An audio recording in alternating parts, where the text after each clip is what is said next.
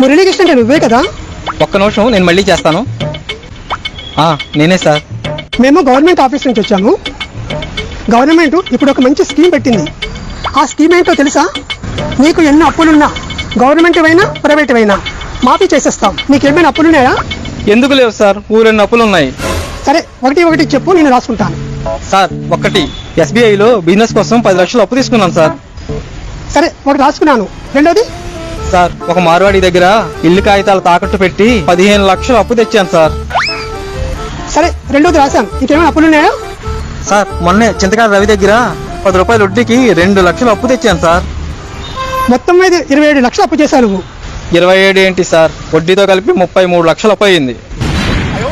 ఏంటి, 33 లక్షలు అప్పు అయ్యావా? సార్, ఈ అప్పు అంతా ఎప్పుడు తీరిపోతుంది సార్? చెప్తాను. అక్క, సౌమ్యకి సంబంధం చూసావు కదా? ఈ అబ్బాయికి అప్పులు తప్ప ఆస్తులు లేవు. సంబంధం క్యాన్సిల్ చేసేయ్.